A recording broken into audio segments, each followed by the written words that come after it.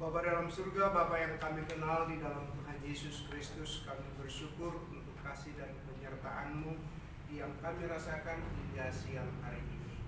Dan kini saatnya Tuhan kami boleh berkumpul di tempat ini berkenan di mana Tuhan telah memanggil orang tua yang kedua saudara kami yang kami kasih. Kami rindu supaya Tuhan yang terus menolong menguatkan lewat ibadah penghiburan pada siang hari ini. Bicaralah kepada kami siap mendengarkan sabda-Mu. Dalam Kristus Yesus kami berdoa. Amin. Baik, mari kita membaca satu bagian kebenaran firman Tuhan yang terdapat di dalam 1 Tesalonika pasal 4 ayat 13 sampai dengan ayat 18. 1 Tesalonika pasal 4 ayat 13 sampai dengan 18. Kalau sudah ditemukan, kita akan baca sedikit berganti. Saya akan baca ayat yang ke-13. Saudara-saudara baca ayat ke-14 dan kedua saudara kita Herman dan Wismina nanti baca ayat 18. Saya akan baca ayat 13. Selanjutnya kami tidak mau saudara-saudara bahwa kamu tidak mengetahui tentang mereka yang meninggal, supaya kamu jangan berduka cita seperti orang-orang yang tidak mempunyai pengharapan. Silakan semua. Karena jikalau kita percaya bahwa Yesus telah mati dan telah bangkit, maka kita percaya juga bahwa mereka yang telah meninggal dalam Yesus akan dikumpulkan Allah bersama-sama dengan Dia. Ini kami katakan kepadamu dengan firman Tuhan. Kita yang hidup yang masih tinggal sampai kedatangan Tuhan, sekali-kali tidak akan mendahului mereka yang telah meninggal. Sebab pada waktu berdiri, yaitu pada waktu pemburu malaikat berseru dan sangkakala Allah berbunyi, maka Tuhan sendiri akan turun dari sorga, dan mereka yang mati dalam Kristus akan lebih dahulu bangkit. Sesudah itu kita yang hidup yang masih tinggal akan diangkat bersama-sama dengan mereka dalam awan menyongsong Tuhan di angkasa. Demikianlah kita akan selama-lamanya bersama-sama dengan Dia. Kedua saudara. Karena itu hiburkanlah seorang akan yang lain dengan perkataan-perkataan ini. Iya, sedemikian jauh pembacaan firman Tuhan untuk kita pada siang hari ini. Yang berbahagia dalam mereka mendengarkan firman Tuhan dan melakukan di dalam seluruh kehidupan. Saudara-saudara yang Tuhan Yesus kasihi, secara manusia, ketika kita kehilangan orang yang kita kasihi, pasti kita merasa sedih. Dan akan muncul pertanyaan, mengapa begitu cepat? Mengapa begitu cepat?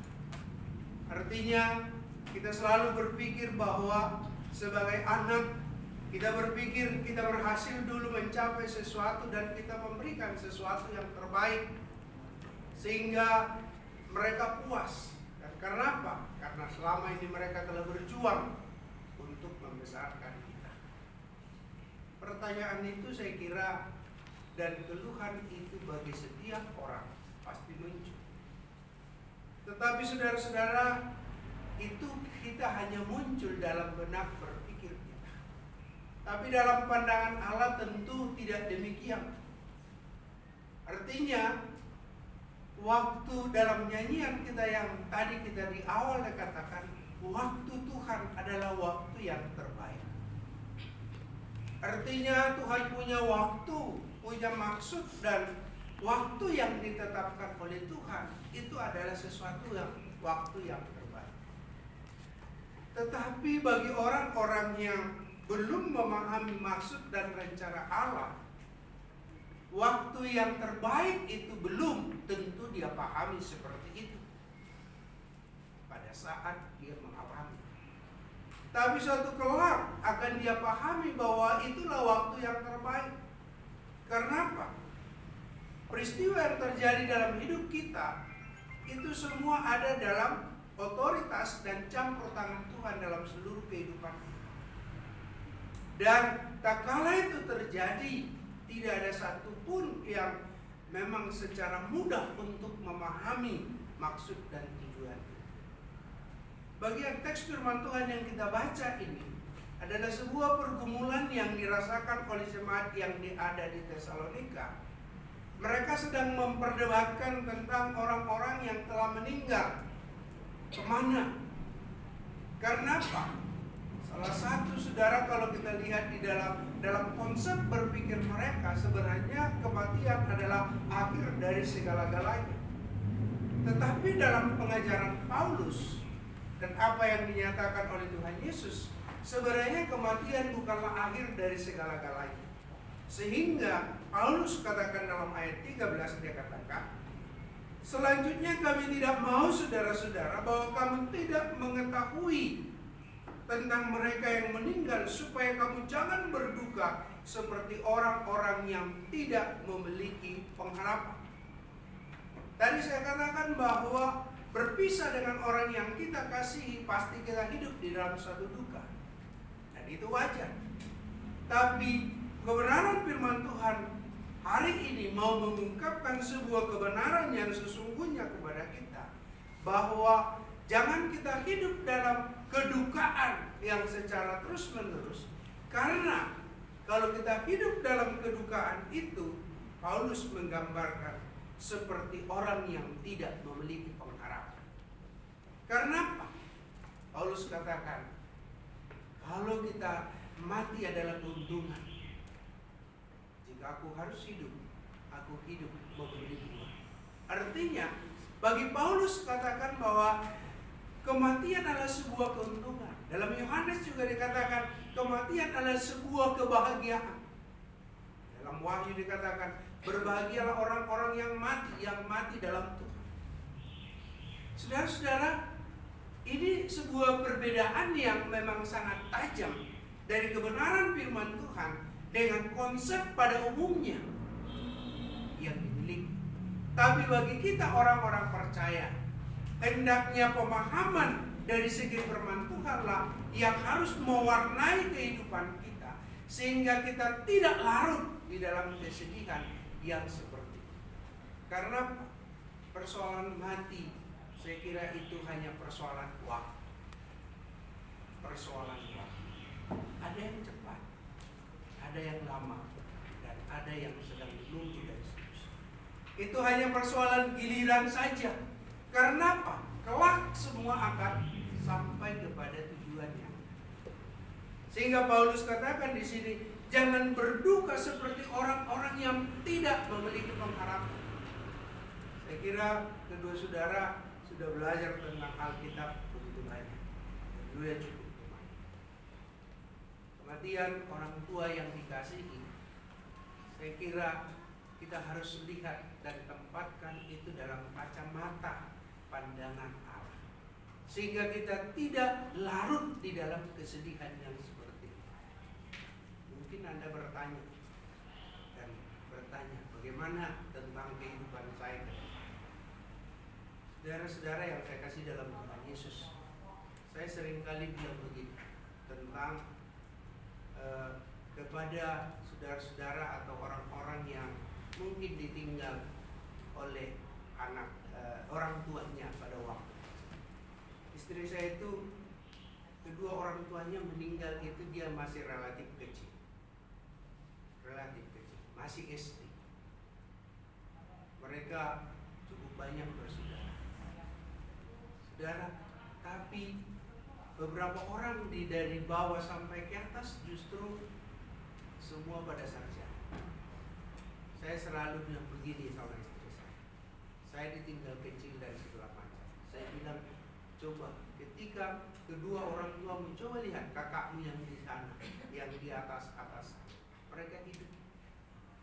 Belum tentu jadi pada sarjana. Tapi setelah meninggal semua kalian yang kecil-kecil ini justru apa? Tuhan membuktikan bahwa Allah itu berkuasa atas seluruh hidup. Nah, saya mau bontot itu sarjana, di atasnya sarjana, dia ada 4, mereka sampai ke 5 itu semua pada sarjana. Setelah kedua orang tua mereka. Artinya saudara, kenapa yang mau saya katakan begini? Itu berarti tak kala Tuhan panggil orang tua yang kita kasihi, Tuhan bertanggung jawab atas seluruh kehidupan. Kita bisa tuntut, kita bisa berdoa kepada Tuhan. Tuhan yang panggil. Nah sekarang masa depan saya bagaimana? Ya Tuhan yang mengatur di dalam seluruh. Saudara-saudara yang saya kasih dalam Tuhan Yesus, Paulus ingin menegaskan kepada jemaat yang ada di Tesalonika supaya mereka tidak larut di dalam kesedihan, tapi justru mereka harus memiliki sebuah konsep. Karena apa? Ayat 14 katakan, karena jikalau kita percaya bahwa Yesus telah mati dan telah bangkit, kita percaya juga mereka telah meninggal dalam Yesus akan dikumpulkan Allah bersama-sama dengan Dia. Bayangkan saudara, ini berita sukacita yang luar biasa. Kalau dia percaya dan terima Yesus, orang yang mati dalam Tuhan katakan akan dikumpulkan bersama-sama dengan Allah. Bukankah ini sebagai target dan tujuan kita? Kalau kita di mana bersama-sama dengan Kristus di dalam seluruh kehidupan. Ya, karena itulah sebabnya tadi saya katakan hanya persoalan waktu. Orang tua yang kita kasihi, orang tua daripada kedua saudara kita, Tuhan panggil kita. Tapi harus kita mencatat di sini akan dikumpulkan bersama-sama dengan Allah. Sebab itu dia katakan di sini, saudara bisa baca ayat 15 dan sampai ayat selanjutnya. Maka bagian terakhir dia katakan, karena itu hiburkanlah seorang akan yang lain akan berkata. Artinya orang tua yang kita kasih, mama dan papa yang kita kasih, bukan pergi kemana-mana, tapi ada sebuah tujuan, goal yang dicapai, hidup bersama dengan Kristus. Atau juga kita terakhir nanti akan sampai kepada sana. Oleh karena itu hendaknya ini menjadi sebuah kekuatan dan penghiburan bagi kita, kalau khusus kedua saudara yang mungkin sedang meniti masa depan. Tapi di tengah-tengah kondisi yang seperti itu, Tuhan panggil orang tua yang dikasih. Tapi percayalah, saya yakin Tuhan punya maksud dan cara Allah tersendiri mengatur segala sesuatu. Oleh karena itu, terus berserah kepada Tuhan di dalam seluruh kehidupan. Katakan kepada Tuhan, Tuhan yang panggil orang tua saya. Tidak ada mama saya lagi, tidak ada bapak saya, tapi Tuhan yang bertanggung jawab atas hidup. Masa depanku ada dalam tangan. Itu yang menjadi kekuatan penghiburan.